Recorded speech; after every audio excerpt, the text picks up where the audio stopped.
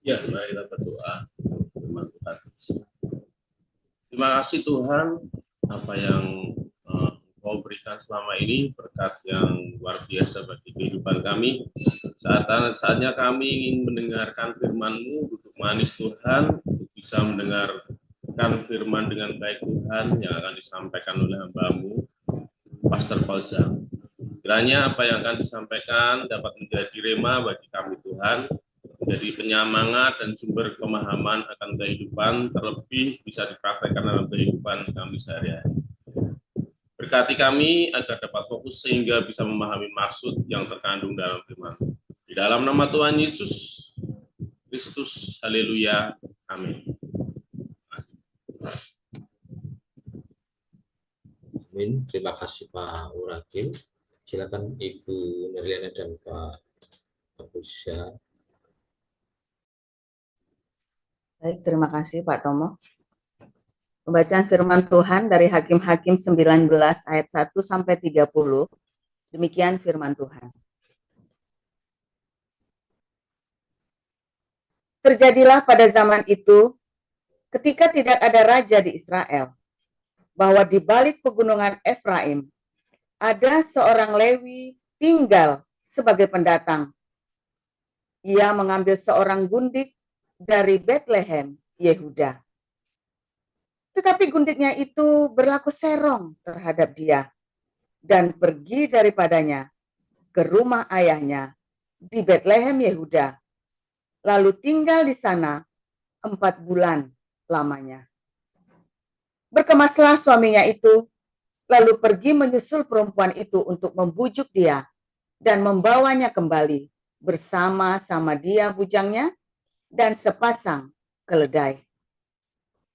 Ketika perempuan muda itu membawa dia masuk ke rumah ayahnya, dan ketika ayah itu melihat dia, maka bersukacitalah ia mendapatkannya. Mertuanya, ayah perempuan muda itu, tidak membiarkan dia pergi, sehingga ia tinggal 3 hari lamanya pada ayah itu. Mereka makan, minum, dan bermalam di sana.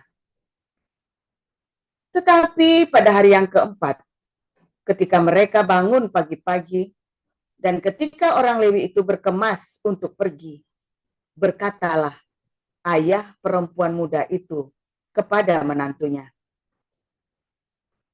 segarkanlah dirimu dahulu dengan sekerat roti, kemudian bolehlah kamu pergi.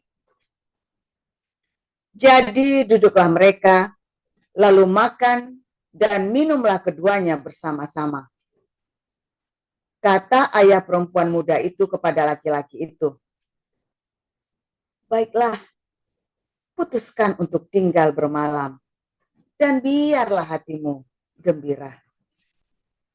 Tetapi ketika orang itu bangun untuk pergi juga, mertuanya itu mendesaknya, sehingga ia tinggal pula di sana bermalam.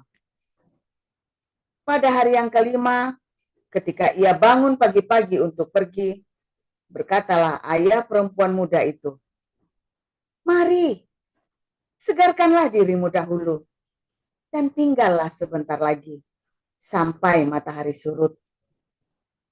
Lalu, makanlah mereka keduanya.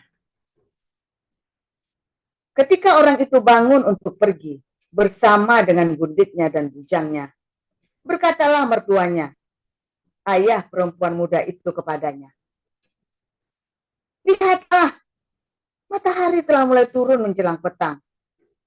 Baiklah tinggal bermalam. Lihat, matahari hampir terbenam. Tinggallah di sini bermalam, dan biarlah hatimu gembira. Maka besok kamu dapat bangun pagi-pagi untuk berjalan dan pulang ke rumahmu. Tetapi orang itu tidak mau tinggal bermalam. Ia berkemas, lalu pergi. Demikian, sampailah ia di daerah yang berhadapan dengan Yehuda. Ulang, yang berhadapan dengan Yebus, itulah Yerusalem. Bersama-sama dengan dia, ada sepasang keledai yang berpelana dan gundiknya juga. Ketika mereka dekat ke Yebus, dan ketika matahari telah sangat rendah, berkatalah bujang itu kepada tuannya, marilah kita singgah di kota orang Yebus ini dan bermalam di situ. Tetapi tuannya menjawabnya, kita tidak akan singgah di kota asing yang bukan kepunyaan orang Israel, tetapi kita akan berjalan terus sampai ke Gibea. Lalu katanya kepada bujangnya, marilah kita berjalan sampai ke salah satu tempat yang di sana dan bermalam di Gibea atau Rama.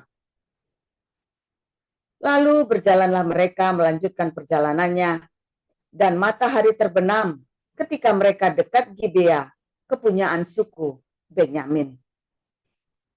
Sebab itu, singgahlah mereka di Gibea, lalu masuk untuk bermalam di situ. Dan setelah sampai duduklah mereka di tanah lapang kota. Tetapi tidak ada seorang pun yang mengajak mereka ke rumah untuk bermalam. Tetapi datanglah pada malam itu seorang tua yang pulang dari pekerjaannya di ladang. Orang itu berasal dari pegunungan Efraim dan tinggal di Gibea sebagai pendatang. Tetapi penduduk tempat itu adalah orang Benyamin. Ketika ia mengangkat mukanya dan melihat orang yang dalam perjalanan itu di tanah lapang kota, berkatalah orang tua itu, kemanakah engkau pergi? Dan dari manakah engkau datang? Jawabnya kepadanya, kami sedang dalam perjalanan dari Betlehem Yehuda ke balik pegunungan Efraim. Dari sanalah aku berasal. Aku tadinya pergi ke Betlehem Yehuda, dan sekarang sedang berjalan pulang ke rumah. Tetapi tidak ada orang yang mengajak aku ke rumahnya. Walaupun ada padaku jerami dan makanan untuk keledai kami, pula roti dan anggur untuk aku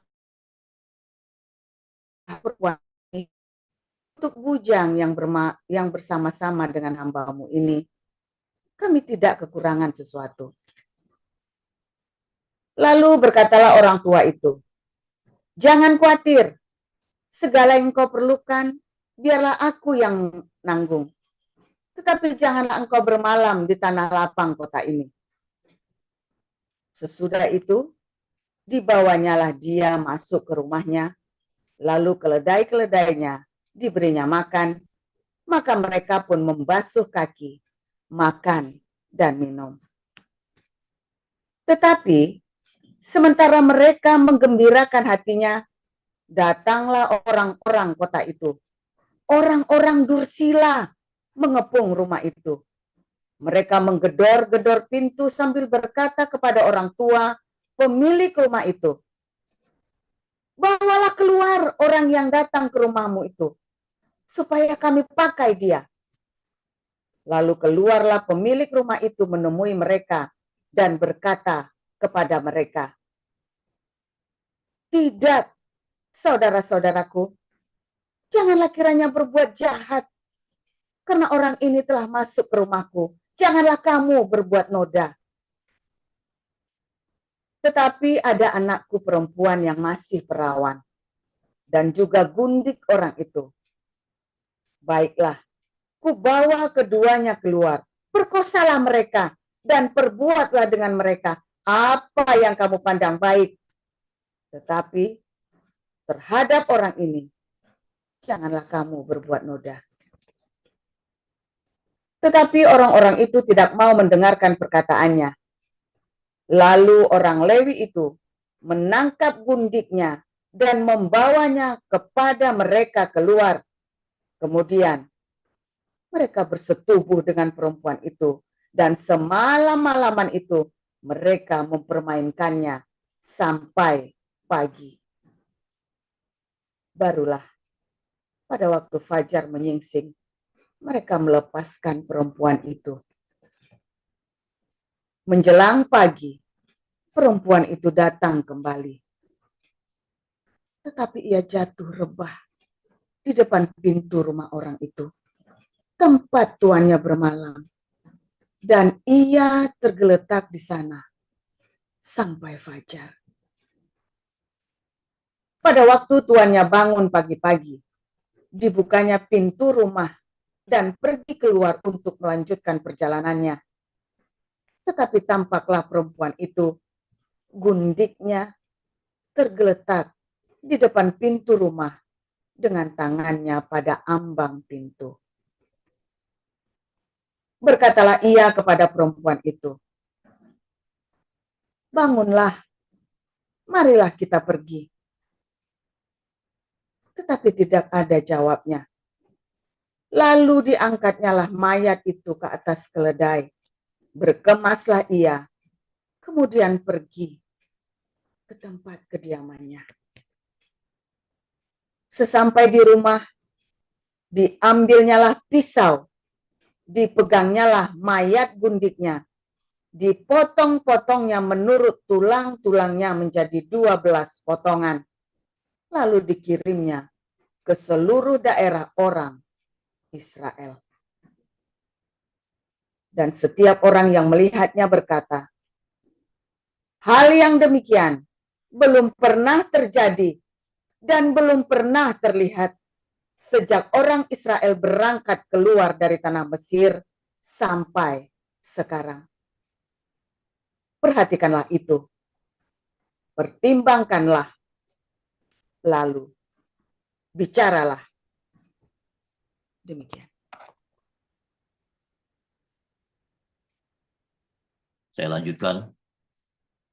Memang orang mendengar bahwa ada percabulan di antara kamu, dan percabulan yang begitu rupa seperti yang tidak terdapat sekalipun di antara bangsa-bangsa yang tidak mengenal Allah, yaitu bahwa ada orang yang hidup dengan istri ayahnya. Sekalipun demikian, kamu sombong. Tidakkah lebih patut kamu berduka cita dan menjauhkan orang yang melakukan hal itu dari tengah-tengah kamu? Sebab aku, sekalipun secara badani tidak hadir, tetapi secara rohani hadir. Aku, sama seperti aku hadir, telah menjatuhkan hukuman atas dia yang telah melakukan hal yang semacam itu. Bila mana kita berkumpul dalam roh, kamu bersama-sama dengan aku, dengan kuasa Yesus Tuhan kita. Orang itu harus kita serahkan dalam nama Tuhan Yesus kepada iblis, sehingga binasa tubuhnya, agar rohnya diselamatkan pada hari Tuhan. Kemegahanmu tidak baik. Tidak tahukah kamu bahwa sedikit ragi mengkamiri seluruh adonan? Buanglah ragi yang lama itu, supaya kamu menjadi adonan yang baru. Sebab kamu memang tidak beragi. Sebab anak domba Paskah kita juga telah disembelih, yaitu Kristus. Karena itu marilah kita berpesta, bukan dengan ragi yang lama, bukan pula dengan ragi keburukan dan kejahatan, tetapi dengan roti yang tidak beragi, yaitu kemurnian dan kebenaran. Dalam suratku telah kutuliskan kepadamu, supaya kamu jangan bergaul dengan orang-orang cabul. Yang aku maksudkan bukanlah dengan semua orang cabul pada umumnya dari dunia ini, atau dengan semua orang kikir dan penipu, atau dengan semua penyembah berhala, karena jika demikian kamu harus meninggalkan dunia ini. Tetapi yang kutuliskan kepada kamu ialah supaya kamu jangan bergaul dengan orang yang sekalipun menyebut dirinya saudara adalah orang cabul, kikir, penyembah berhala, pemfitnah, pemabuk, atau penipu. Dengan orang yang demikian janganlah kamu sekali-kali makan bersama-sama. Sebab dengan wewenang apakah aku menghakimi mereka yang berada di luar jemaat? Bukankah kamu hanya menghakimi mereka yang berada di dalam jemaat? Memang yang berada di luar jemaat akan dihakimi Allah. Usirlah orang yang melakukan kejahatan dari tengah-tengah kamu. Demikian firman Tuhan. Terima kasih untuk para lektor, Pak Ibu Nerliana serta Bapak kepolisian. Bapak Ibu, selanjutnya kita akan mendengarkan firman Tuhan. Silakan Pastor Paul.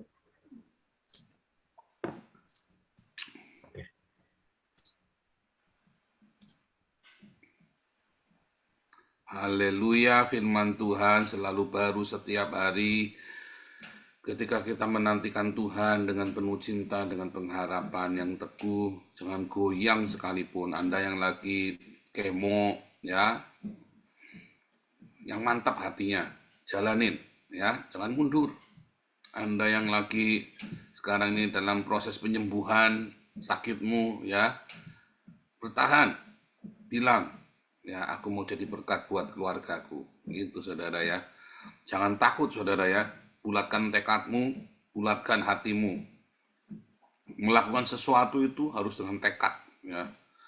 Dan keluarga-keluarga yang ada di sekelilingnya, ayo beri semangat buat anggota keluargamu yang lain, ya.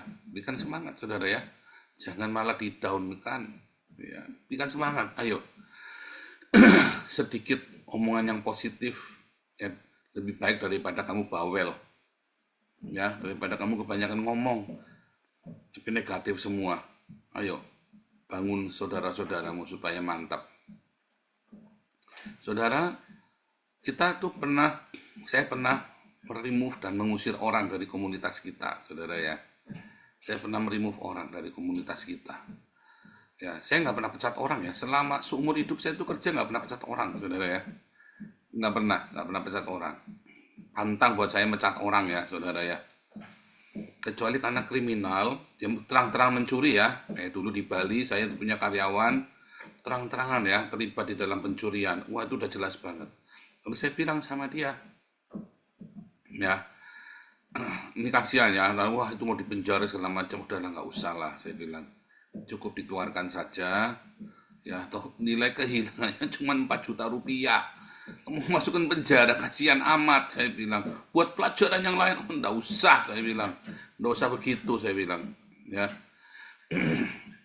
cukup dikeluarkan saja, dan orang tahu, ya. Nanti lain kali orang mencuri, enggak. Karena dengan ketahuan mencuri saja sudah malu, saudara ya, apalagi sampai harus dipenjara. Apalagi nilainya cuma 4 juta rupiah, kalau nilainya 1 miliar, wah ya kita pikir ya, nilainya cuma 4 juta rupiah. Kamu beraninya cuma sama maling ayam. Nggak bilang begitu ya. Ini nggak jadi di penjara, tapi kita pecat ya saudara ya. Itu satu-satunya saya mecat orang, saudara ya. Seumur hidup tuh saya sekali itu mecat orang tuh. Nah saudara, ketika kita dalam komunitas begini, saudara ya, ada orang yang harus kita singkirkan, ya. Bukan orang-orang yang berzina, bukan orang-orang yang cabul, orang-orang yang berdosa, pemungut cukai, atau Anda yang bekas narapidana. Ya, waktu lalu saya ada sharing kepada Anda ya, ada seorang perempuan bule yang mengancam saya karena menerima ringgol. Ringgol itu yang kita baptis ya dari Latvia. Sekarang dia dalam perjalanan pulang ke Rusia ya. Dia pulang ke Latvia, tapi dia mantap hatinya ya. Dia bilang, dia luar biasa, saya terima kasih kepadamu, kamu orang yang luar biasa. Dia bilang ke saya ya, dan dia benar-benar luar biasa ya saudara ya. Si Ringgol ini dia membantu, ketika menerima Yesus Kristus sebagai Tuhan dan Juru Selamat ya, wah dia benar-benar mengalami ini ya, hidupnya jadi lebih bersemangat ya saudara ya. Saya ajari dia untuk mengampuni ya, ini orang-orang yang keras ya. Ya. Nah, terus ada orang perempuan bule yang melarang saya menerima ringgol ya. Karena entah ini bekas narapidana, dia tidak jujur lah, inilah. Saya tegur perempuan itu, saya juga orang berdosa. Ya. Tapi ada masanya, ya. Sebentar, saya sediakan dulu tadi ya. Jadi saudara, dan ada satu lagi ya saudara ya, ada beberapa orang, saya dikasih tahu itu orang nggak baik, jangan boleh di jemaat kita, itu ya saudara ya. Saya bilang enggak, saya akan terima dia apa adanya, dia orang berdosa, saya juga orang berdosa. Itu saudara ya. Cuma saudara ya, ada orang yang pernah saya usir dari komunitas, saudara ya. Karena apa saudara? Orang ini masuk ke dalam komunitas kita, masuk ke Zoom gini ya, namanya Harry Ya, namanya Heri siapa itu ya dulu ya? Siapa namanya yang lupa saya namanya ya. Ini harus kita umumkan saudara ya, karena jahat sekali ini orang. Lalu dia merayu para janda-janda saudara ya, yang kesepian. Ada yang kena saudara ya. Orang ini cerita dengan polosnya, karena rupanya sama-sama ini ya, sama-sama berpendidikan rendah ya, dia berpendidikan rendah. Jadi dia cerita, wah saya bangga dia ya, saya dirayu di ini apa segala macam. Nah terus Heri ini saya dengar dia nanyain ke orang lain, orang ini, tanya nomor handphonenya saudara. Lalu mulai dia utang ini, utang itu, minta ini, minta itu, ya. Dan yang kena ya si perempuan janda ini salah satunya ya, ditiduri saudara beneran ya, itu beneran. Terus tapi orangnya udah nggak nongol di tempat kita. Lalu tiba-tiba dia nongol lagi di tempat kita, langsung saya remove. Dan sekarang saya umumkan kepada Anda. Ya, nah itulah yang dimaksud oleh Paulus, satu dosa yang jahat sekali ini orang nih ya. Ketika Anda pernah berzina, ketika Anda sekarang ini dalam kondisi kumpul kebo, ya tidak menikah dengan pasanganmu, saya nggak bisa menghakimi saudara. Tetapi ketika Anda datang kemari, lalu Anda mendidik orang-orang di sini, itu jahat sekali saudara. Kalau ketemu saya bisa tak keplak saudara kepalanya. Oh dalam kasih, oh iya itu kasih saudara ya. Itu kasih. Karena saya melindungi domba-domba yang ada di sini. Saya harus benar-benar jaga. Saya selalu umumkan, jangan Anda memberi hutang. Ya, kalau ada orang tiba-tiba di WhatsApp, Anda kontak, terus minta diutangi. Jangan kasih utang, saudara. Haram jadah. Hutang menghutang itu haram jadah di sini, nggak boleh. Ya, saudara ya. Anda mau ngasih saja, tapi nggak usah ngutangin. Itu sudah kita pesankan. Dan kalau ngasih sebaiknya lewat yayasan. Kenapa? Karena ada banyak sekali modus penipuan. Ya, melalui melalui Facebook, aduh itu banyak ya, kelihatannya dia kasihan apa segala macam. Ingat rasi, saudara itu rasi. Ya, wah itu rasi itu udah dikasih tempat tinggal. Ya, udah saya bilangin dulu ya, hati-hati. Dari si Lina Wijaya dulu ya. Dari Lina Wijaya. Saya sudah bilang, ya ini saya sudah lama yang ngamati si Lina Wijaya ini ya. Hati-hati dengan orang ini. Ya, karena petobat yang dia bawa itu palsu semua, termasuk si bom-bom. Serius saudara, saya ini nggak bilang, oh ini beneran ya. Sampai waktu itu bom-bom masuk ke TikTok saya belain rasi saudara ya. Mau mempermalukan saya saudara ya, dengan semua donaturnya dia ya. Terus saya bilang, ini rasi, hati-hati dengan rasi. Ya, saya sudah bilang ya, akhirnya meledak ya, 1 bulan kemudian, Nabi 26 dilawan, saudara. Ya, informasi kami itu selalu akurat, kamu jangan coba-coba, saudara ya. Orang-orang seperti ini kamu harus usir dari komunitas, saudara. Karena dia memang datang bukan untuk bertobat, datang bukan karena dia merasa berdosa, datang bukan untuk dia ingin baik, tapi dia datang memang mau nyuri dari kamu. Nah, itu yang dimaksud. Dan kita tahu, Pak enggak boleh curiga. Enggak, kita enggak curiga, sudah ada bukti. Pertama, saya tungguin, saya lihat. Saya dengar, saudara ya. Saya ngerti apa yang akan terjadi di dalam Anda. Ada yang di Mac ya, ada satu orang lagi, ya.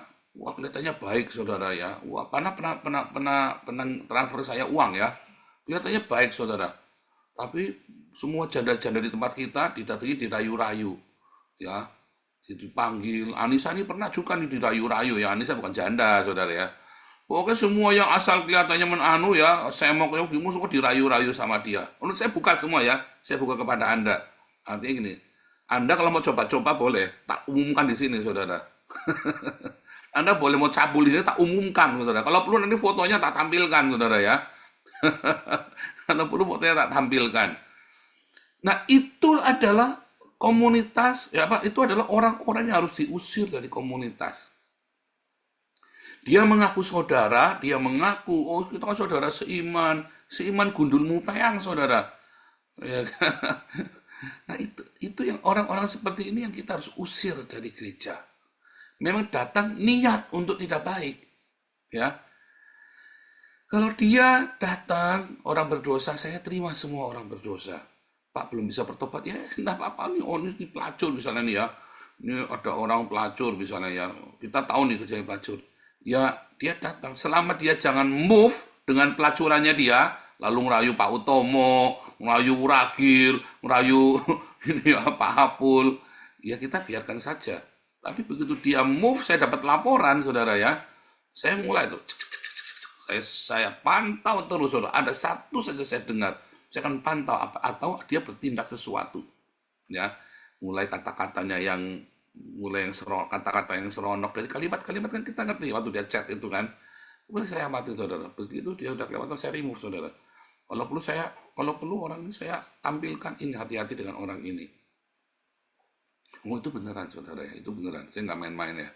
Karena itu akan merusak komunitas yang lain ya. Bukan kalau Anda ini ya, kalau misalnya ada orang berbeda pendapat, misalnya dulu Bu Cinta beda pendapat nih sama Pak Hari, itu nggak masalah, saudara. Namanya orang boleh beda pendapat, ya. Tapi kecuali nih Pak Hari rayu-rayu Bu Cinta misalnya ya kan dengan kata-kata cabul, wah itu baru kita sikat saudara ya, itu tidak boleh. Tapi kalau cuma beda pendapat itu potensi perpecahan enggak. Kalau sampai kamu mundur berarti salah kamu sendiri. Ya kan berarti ada nggak beres dengan hidupmu kan, bukannya diberesin, ada konflik, tapi kamu minggir, mundur. Kalau saya mah kalau pergi kemana-mana orang nggak suka sama saya, biar dia yang pergi, saya mah datang-datang aja saudara. Saya nggak ada masalah dengan orang itu kok, iya kan? Saya pergi nih diundang pesta, lalu ada orang musuh saya dan tanda kutip ya orang musuhin saya masuk aja, dia pergi saudara. Ya enggak apa-apa, biarin saja. Ya, itu kan hatinya dia. Memang orang dikira orang punya kemarahan di hati, kebencian di hati itu enak, saudara. Saya mah datang, wah, Ben itu si Paul itu Ben apa? Tahu diri. Karena saya tidak punya masalah dengan kamu. Kamu punya masalah dengan saya itu urusan kamu. Itu derita kamu, ya kan? Ada orang ngomongnya ya, Pak Paul nggak masalah orang itu datang. Enggak, itu derita dia. Maksudnya saya mau diusir, jangan datang gitu ya. Pulang. Dia yang pulang, enak aja. Saya datang, saya diundang sama yang punya pesta. Kalau dia nggak suka sama saya, dia yang pergi, jangan saya yang pergi. Saya nggak ada masalah dengan dia kok. Tapi yang diribut, ya dia yang ribut, saya mah nggak ribut. Saya bilang, kalau mau ribut, dia yang ribut, bukan saya. Anda harus belajar begitu, saudara ya. Anda harus belajar punya prinsip yang benar. Kalau mau dia yang ribut, dong saya nggak ribut. Tapi nanti ribut, ya dia yang pergi, jangan saya yang pergi. Kamu jangan ngusir saya, kamu siapa? Tak marahi orangnya, kamu siapa ngusir saya? Kamu anjingnya dia. Iya enggak?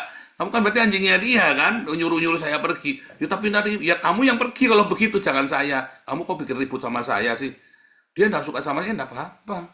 Saya enggak ada masalah kok dengan orang. Dan memang enggak ada apa-apa. Ya, saya tetap masuk dan enggak ada masalah, saudara ya. Ya karena nggak ada apa-apa ya, dia yang pergi, orang itu kemudian pergi ya, pulang-pulang cepet-cepet ya, sudah ya, terus suka-suka dia, saya mah ada urusan. Ya itu ya saudara ya.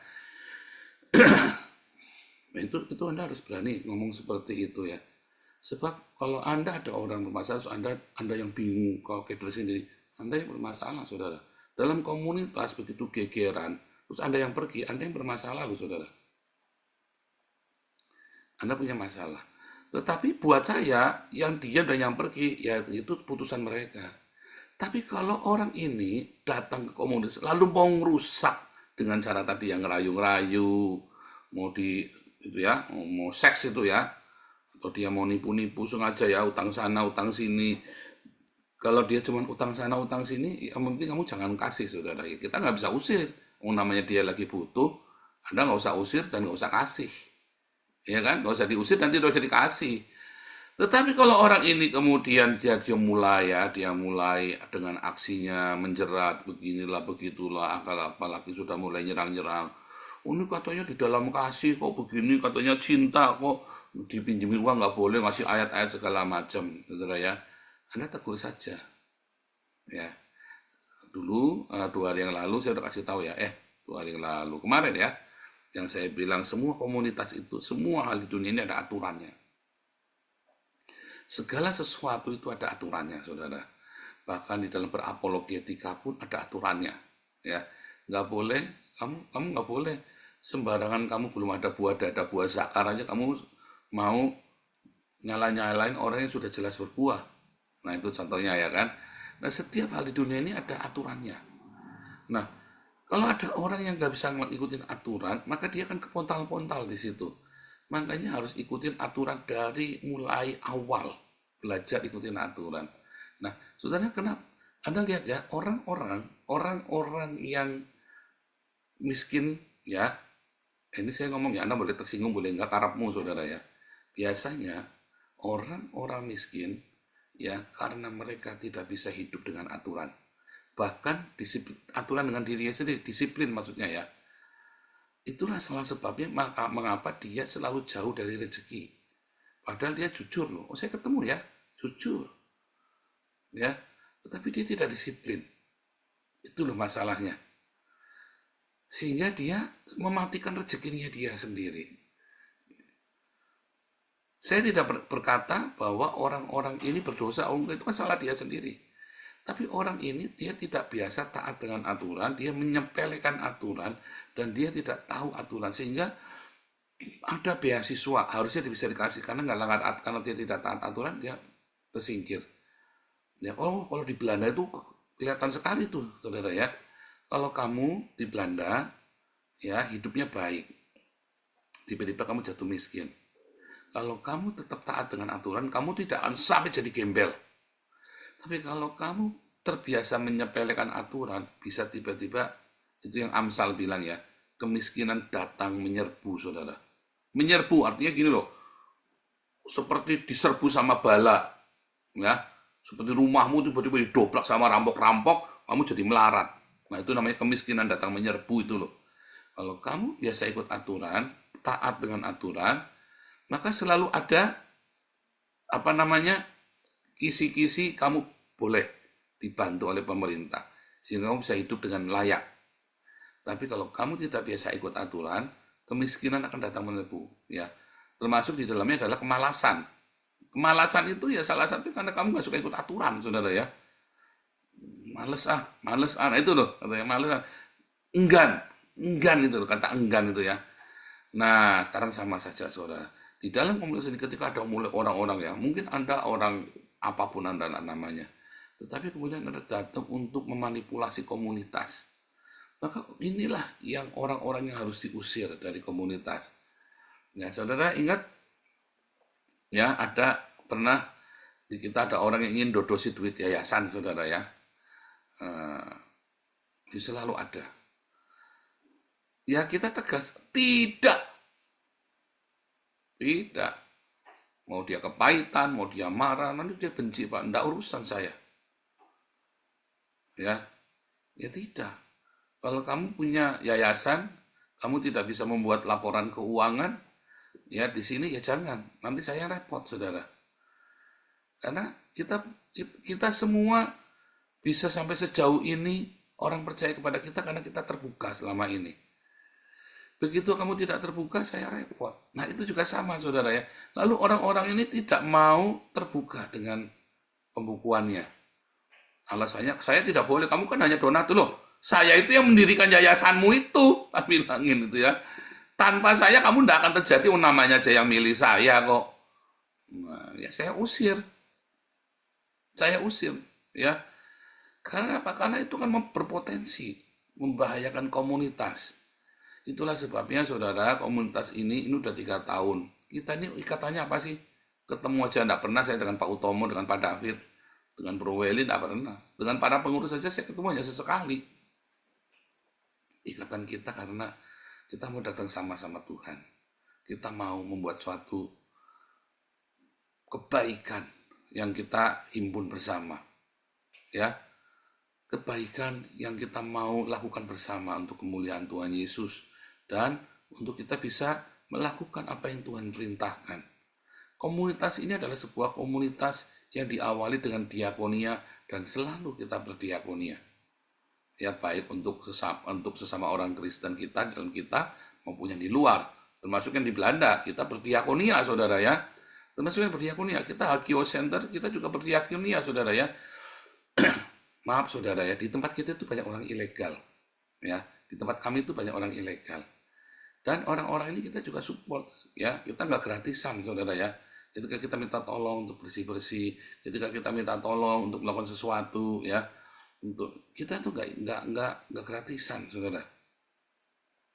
Itu adalah bentuk dari diakonia, supaya mereka bisa kirim ke rumahnya, supaya mereka bisa memberkati keluarganya. Itu adalah salah satu bentuk dari diakonia. Dan nggak ada yang kita cuma ngasih uang dengan cuma-cuma, nggak mau, kita nggak boleh.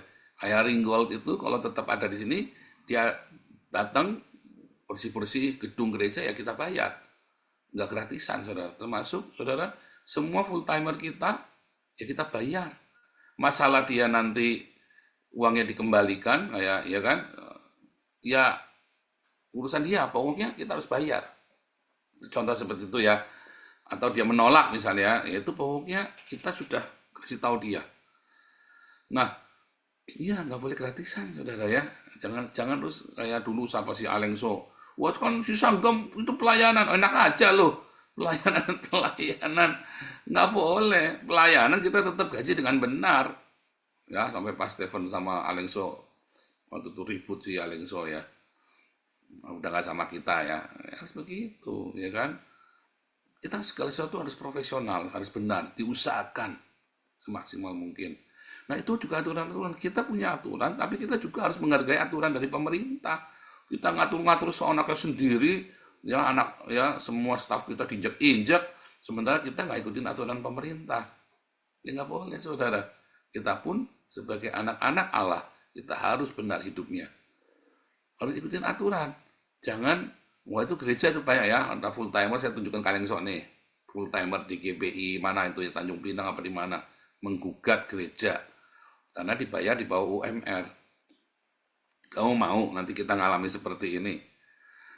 Wah malu-maluin sekali, apalagi himpunan dananya oleh seorang DPO loh.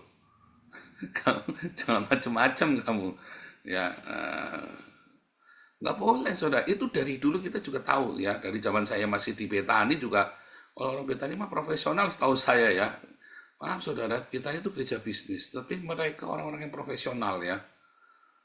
Mereka adalah orang-orang yang profesional, dan saya tuh nggak pernah malu. Saya alumni Betani, saudara ya. Saya nggak pernah malu. Ya, saya tidak belajar manajemen gereja dari Betani, saudara. Kita bisa memanage yayasan kita ini, saya belajar dari Betani. Harus diakui itu manajemennya sangat profesional, ya. Dan kita harus belajar memanage gereja dengan profesional seperti itu. Nah, orang-orang yang merusak ini, yang dia niatan datang untuk merusak ini, ya, saudara, orang-orang seperti ini memang harus disingkirkan, saudara. Sebab itu akan menjadi racun bagi kita. Ya, serahkan tubuhnya pada iblis supaya jiwanya bisa selamat. Artinya nggak usah kasihan, nggak usah kasihan. Dia nanti tahu salahnya dia di mana. Yang namanya Harry ini ya, dulu juga ada yang namanya Lina ya, kita langsung berhasil kita umumkan ya, supaya jiwanya selamat, supaya dia introspeksi. Kalau enggak ya sudah, terserah, urusan dia sama Tuhan, bukan urusan kita.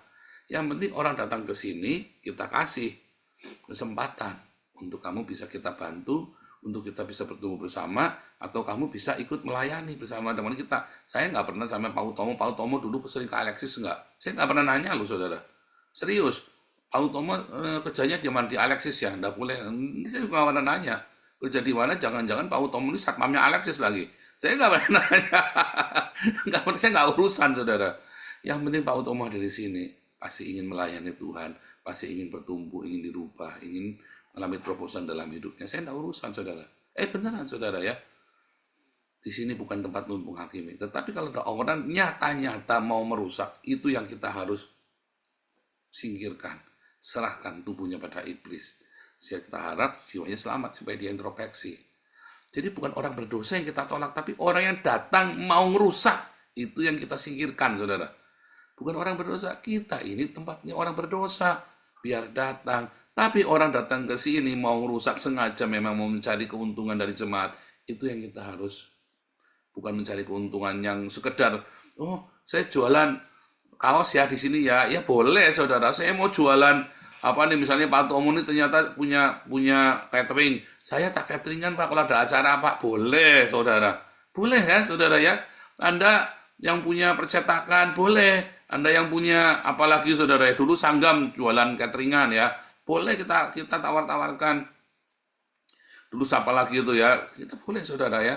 Dulu ON punya percetakan tuh, ya. Dulu semua cetakan kita kasih ke ON semua tuh, kenyang tuh dia tuh dengan semua proyek-proyeknya kita. Serius saudara ya, semua cetakan kita ke ON semua dulu. All banyak banget dari kaos, bendera Israel, apa segala macam kita kasih dia semua, kenyang tuh dia tuh saudara. Boleh, gak usah menghakimi. Itu namanya kita mencari keuntungan dari komunitas. Tapi jangan mengambil untung dengan membuat kejahatan. Kayak tadi ya, diduri orang satu-satu, terus Anda diutangi semuanya, dia sampai terus Anda tahu ada rahasia ini yang tidak baik. Hati-hati kalau cita-cita rahasiamu saudara ya. Karena kita ini semua ada di media sosial. Dengan sembarangan ya saudara ya. Udah umbar-umbar kemana-mana diperes, wah itu singkirkan aja langsung saudara ya. Kalau perlu fotonya kita taruh di sini kayak kemarin si Rasi ya, fotonya kita taruh di sini. Begitu ya saudara, jadi kita sudah kasih tahu aturan dalam komunitas ini, saudara, supaya semua sama-sama kita mengerti. Anda yang baru bergabung, jangan coba-coba saudara ya. Nanti kalau sampai ada sesuatu, kita umumkan nanti saudara ya, fotomu pun akan kita pajang di sini saudara. Tuhan Yesus memberkati.